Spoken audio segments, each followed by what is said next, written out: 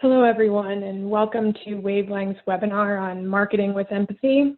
We're going to have, I think, a few more participants joining us, logging in these next few minutes. So as we start, I'll just walk you through a little bit about what we'll be covering today. We're going to focus on really thinking about your constituents, thinking like them, how you can identify their needs, and how you can communicate with them purposefully in a personalized manner, as well as going through a few high-level marketing practices you can keep in mind when developing your message. I am your host, Katie Gibson. I'm the Senior Director of Partnerships here at Wavelength. If you have questions at any point, you can just toggle your mouse and you'll be able to find the Q&A section. You can click right in and ask a question throughout the presentation. I will also have time at the very end to answer any questions you may have. And you can always email me directly at katie@searchwavelength.com if something arises after this session. To start, I want to start with the basics, understanding that in this time especially, we need to think about having the customer be first and top of mind. When I say customer, it's obviously your constituents at this time. While you might have fundraising goals and other goals you want to reach by the fiscal end of the year, obviously all of your constituents are similar questions and concerns in their life that you probably are in yours around COVID and how this impacts you, your work long-term, as well as your family. So you really want to think about checking in with them, hearing how they're doing, and giving them the opportunity to fill you in on their lives without pushing your message too hard on them. This is probably going to be one of the softest times of how you message and market than you've ever done before. But just keep in mind, as I mentioned, that these constituents have concerns outside of their contact points with you, and you have to be very aware of that. But bottom line, you are the ultimate expert of your constituent base. You are the ones communicating with them the most. You have personal calls, you've had personal meetups with these individuals, so you are the ultimate expert. The following slides are really just guidelines and recommendations for you on how you can approach these conversations now and in the future. But I would trust your gut. Trust yourself because you are the ultimate expert. So let's start right off by, how do you think like your constituent? I am all for segmentation and personas. You might have this already formally set in your department, or informally. I know you all approach this already. You're probably thinking, I'm going to talk with a young alumni a little differently than how I speak with, a long-time loyal individual. But that segmentation and like having a formal persona or personas is really powerful because it helps you really focus and target your messaging. Some of these personas, these are just a few examples, are, the young alumni group, those parent partners, longtime loyalists, and then you might have occasional contributors. These are just some sample segmentation and persona concepts. You'd have to really look into your own base of constituents. When you're thinking through developing these personas and this segmentation, I'm going to first start by talking through developing a persona outside of COVID-19, and then we'll delve into like how you overlay the coronavirus situation on top. But what you first want to do is look at what you know about your constituents today. What data do you have on them, both in age as well as maybe their career, location, donation history. And then you want to delve deeper into, okay, now knowing that, what does this mean in terms of their actual life stage? A graduating year of 2015 means that, they're 5 years out of either high school or college, or they're K-8 school, they're just leaving high school. So you really need to think through where they are in their life stage. What are their main priorities at the time?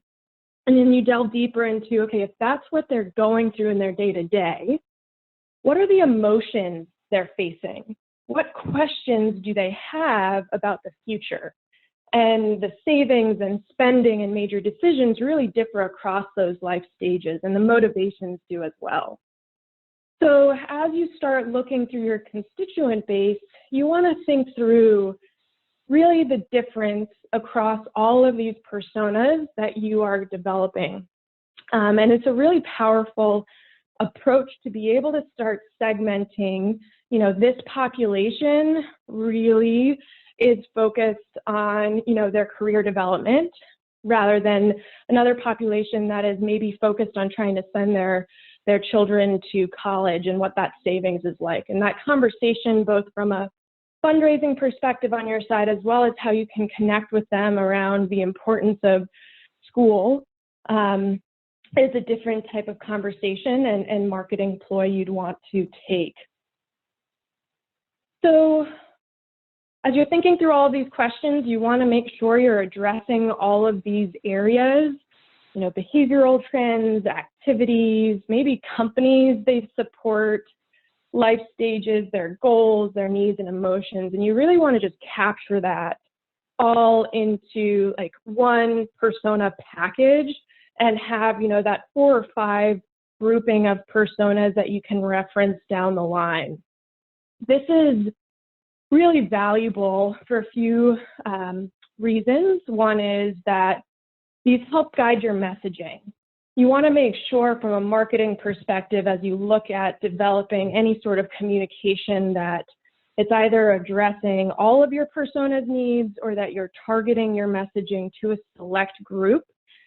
And then you want to also be able to think through, of all of my messaging that's been going out, have I been targeting and really hitting the heartstrings of every persona group at least some point throughout my communication plan?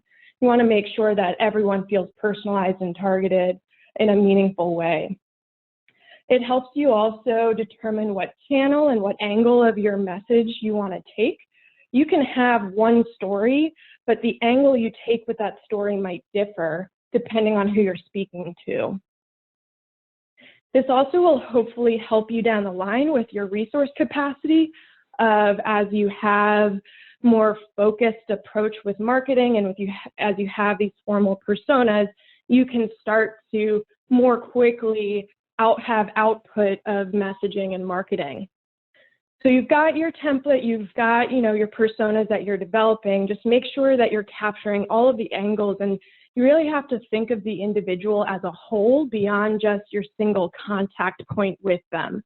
You are not going to be the only school. You're not going to be the only entity requesting funding or trying to keep them engaged in your school or your community. So identifying and personalizing your outreach and saying, I see you, is really powerful here. A few things to keep in mind: personas are just guidelines. They are not supposed to be, the end-all be-all. So people are going to switch between persona groups as they progress throughout their life. There might be some people who are in a certain life stage but have a different motivational need that fit a different persona. So it's not going to be always super clear-cut and simple. This is, as I said, just guardrails. This is just to support you in your approach. And no one of your constituents should actually know what persona they fit. This is just internal use only for your team. So now let's think about the COVID-19 response. You've got your personas, you have these people in mind, your constituents. How can you segment and really purposefully communicate at this time? An exercise I suggest you doing with yourself and your team is, on day 1, go through your daily routine and write down all of the questions, all of the emotions you are feeling in that one day. When you wake up, are you feeling tired? Are you concerned? Are you invigorated to face the day? all the way through the workday, supporting your family, maybe having to run errands and go outside. Like, what are those emotions that you are feeling? Write them all down, capture them, because what you're feeling, a lot of other people might as well.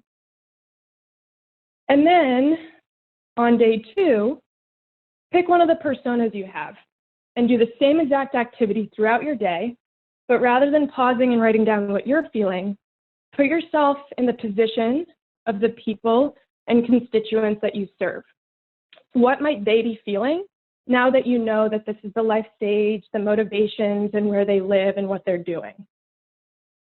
Make sure either everyone on your team has done at least one persona, or all of the personas are captured by the end of this exercise. Because when you come back together as a team, you want to reflect on what are the themes that you're coming across with these profiles. What are the differences between the persona groups? And then you want to discuss as a team, can the school support these individuals? And in what way? Should you be supporting them at this time? And do these personas require a different type of outreach compared to how you were reaching out previously? And that's how you overlay the current coronavirus situation onto the personas. So that's how you can, in the future, start to approach that personalization now that you understand maybe the questions and concerns they have. Bottom line, when you're thinking about the personas, you probably have some people in your life that you could also speak to if you have any questions about this type of person. Maybe you have a niece or nephew in the same age range as a young alum that you can easily have a conversation with and hear where they stand in terms of their questions and concerns as well. So feel free to use your personal network to understand the emotional needs, the motivations, and questions people might be facing to help build out your personas. So then let's think about how to personalize your outreach. When you're doing an outreach, you're probably thinking about a bunch of different questions. Why now? What's the call to action? Who am I targeting? All of these questions. What I suggest starting with is something I call the 5 whys. And this exercise is to really understand the purpose behind your outreach. You're supposed to ask yourself, why is this outreach happening? Why is this important? And you want to delve into all of these whys to make sure that there is a purpose and a reason behind this entire message. It's very easy to have a one-liner about why am I doing this right now. When you ask yourself a question 5 times, why is this necessary now? Why is it important to my constituent base? Why does that matter? It makes you really delve into all of the important reasons of getting deeper into your purpose, getting deeper into a clearer message, and being able to market in a more concise way.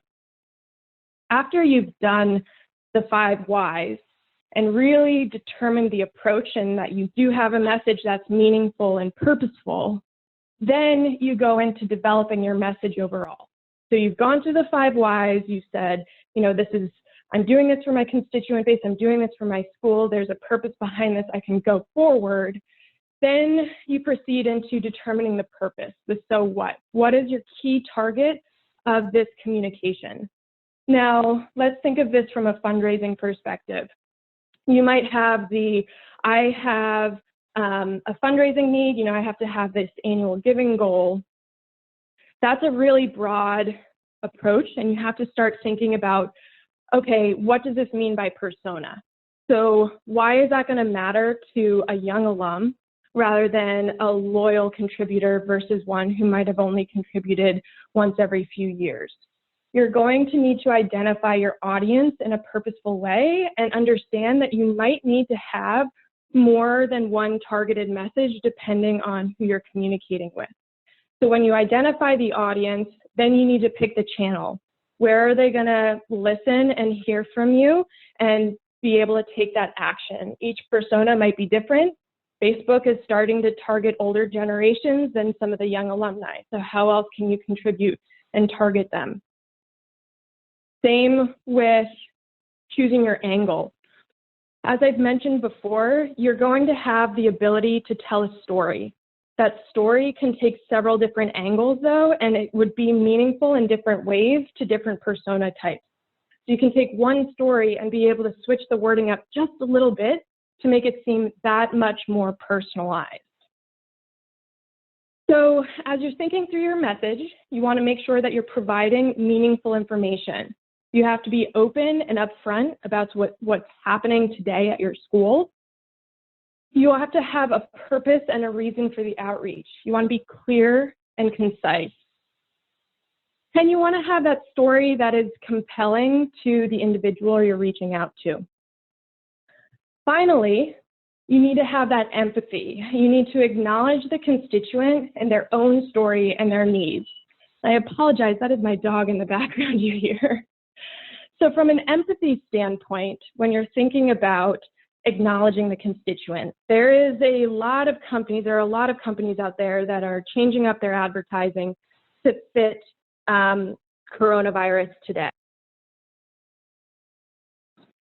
And what you think about from empathy and your constituents is you want to make them feel guilt-free if they can't contribute financially. You want to make them feel acknowledged, and you want to promote that concept of community. A lot of schools that we're working with have identified the need of, rather than a dollar value that they're trying to raise, instead it is all about community and number of people participating. If you change your language, there's that rallying cry that's feasible to really promote that engagement from your community. And lastly, you want to celebrate that community and celebrate all the effort people are putting in, both from the health side of those working on the front line to also the teachers, the faculty, the parents, all working towards educating students. So from a messaging standpoint, as I mentioned, you've got that information, purpose, story, and empathy all wrapped up into one with that messaging and with that persona in mind. Now, if we go into general marketing practices, there are a few things you want to think through. One, that there's a lot of content out there. You can share so many amazing stories. You can share so many amazing initiatives. However, you want to clear the clutter. You want to really focus on key messaging. You might be in charge of your marketing. You might have a marketing department.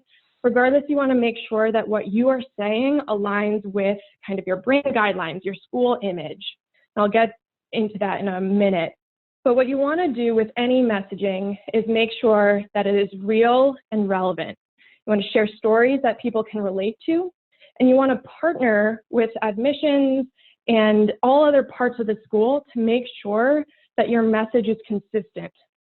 Your alumni are a key marketing tool as well because they have word of mouth ability, and you want to make sure that they are marketing, that they have the right message in mind and that their vision of the school aligns with how you are marketing it from the front end to potential students.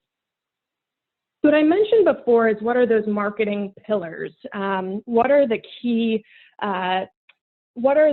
pillars that your school stands upon?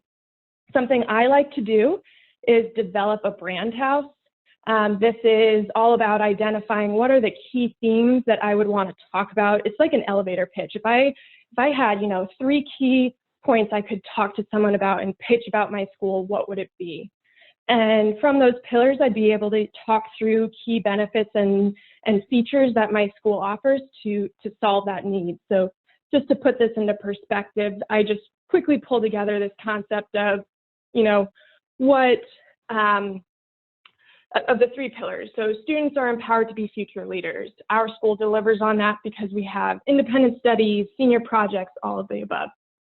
So when you're thinking about it from your school perspective, what you want to do is, if this doesn't already exist, or if it does maybe in an informal capacity, just capture the key themes and be able to pull together some examples of what those themes, how those themes are answered upon at your school.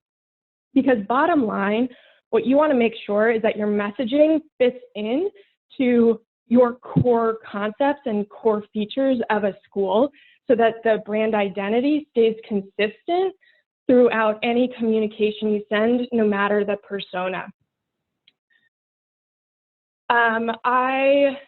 Someone just asked a question about whether these slides will be shared. Yes, I will share all of these slides out, and this is recorded, so you can see all of these exercises that I've talked through and really be able to use these questions in your own time. So after you have that brand house, what you move to is starting to understand, okay, building your messages overall. You want to make sure that the message is aligned to your brand house, that they resonate across your personas, and that the personas aren't going to be surprised by whatever communication they're receiving. What you want to do is basically be the Goldilocks of communication. You don't want to do it too few, because too little communication is going to have people not have you top of mind, but too much is going to have people be less engaged because they already know what you're talking about. They might not want to read anymore. So it might reduce your open rate. So you want to think through that perfect positioning of just enough information, just enough engagement to keep your school important to people, but also not overwhelm anyone. So let's think about your impact matrix. This is a way for you to think through how much effort you're putting into the impact of your messaging. It's really important to think through. Everyone here I know has a resource capacity issue. There's never enough time in the day, and even more so now as you are juggling at-home life, as well as school expectations, year-end coming up, a lot of uncertainty. So what you want to look for is this sweet spot of how can I reduce my effort but increase my impact? And that's where you start going back to some of the exercises I said before around the 5 whys and the personas of trying to reduce your resource output, but really increase your punch and impact with that personalization and making it meaningful. An easier way, like if you just want to quickly check yourself, is the real win worth it. This is adapted from some product development strategy, but these are just 3 quick questions you can ask yourself to see if you proceed. One is, is this real? Is this a need that has to happen right now? Then you quickly follow it up with is this a win? Does this impactfully help me reach my goals, our school goals? Is there a meaningful call to action or reason for this distribution? And you finally end it with, is it worth doing in terms of the effort and resources put in? Will this outcome be ultimately worth it? So the ideal world is, that you hit all 3 with a checkbox of yes, yes, yes, move forward, hit go. We have just covered a whole lot in a very short period of time, and I want to make sure I'm here for some questions that you might have. Here at Wavelength, we are continuously putting out webinars and other templates and articles to support remote advancement.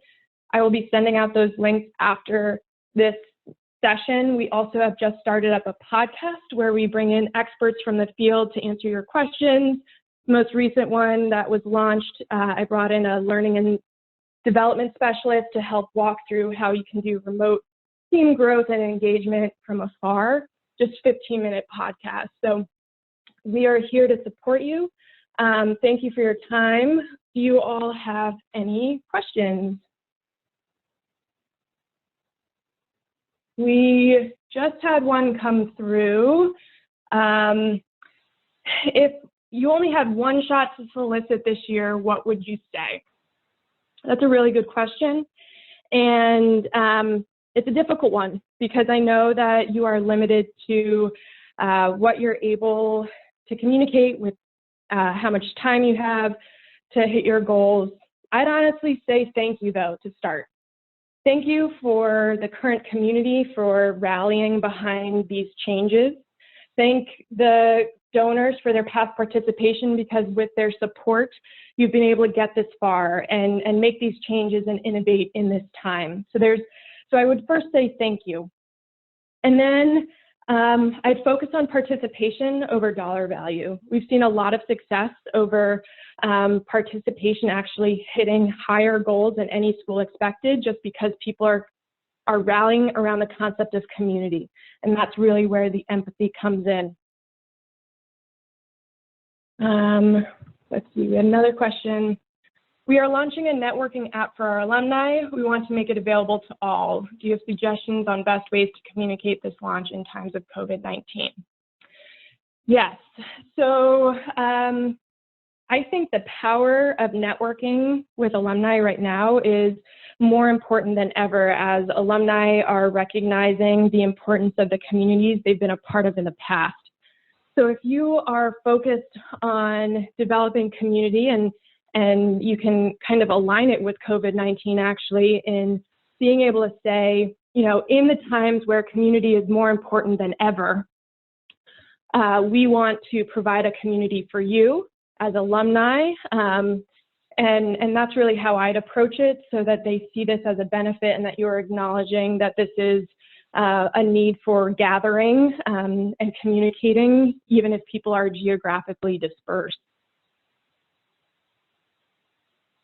We had another question about, there are some channels that everyone will see. How do you personalize in these situations? You can't really, but you have to understand that certain channels do get used more than others. And so from a channel perspective, if it is a social channel, what you need to think about is a large group of personas are going to see it.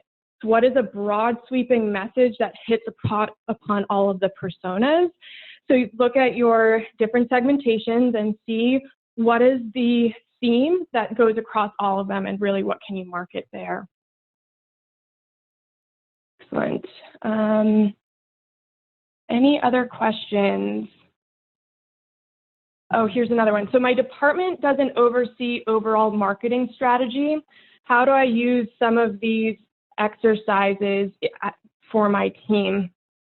So what I would do if you don't have, so there are a lot of schools that already have a marketing plan. This is just a way to be able to like have a reference for yourself personally moving forward with messaging. I would actually ask whatever department or whatever team might oversee some of the key marketing materials. I would also like talk with your admissions team, make sure you're aligning on that marketing. You don't have to have all of these formal exercises complete. These are just guidelines for you, but I'm sure that anyone who is leading the marketing strategy could give you some guardrails of, these are the themes we want to focus on. This is what I should reference down the line. Excellent. Well, we are coming just up to time. If anyone else has questions, you can email me directly at katie@searchwavelines.com. We hope you found this useful, and again, I'll be sharing out this recording, the slides, and our resource hub to you in the next 24 hours. Thank you so much, everyone, and be safe and well.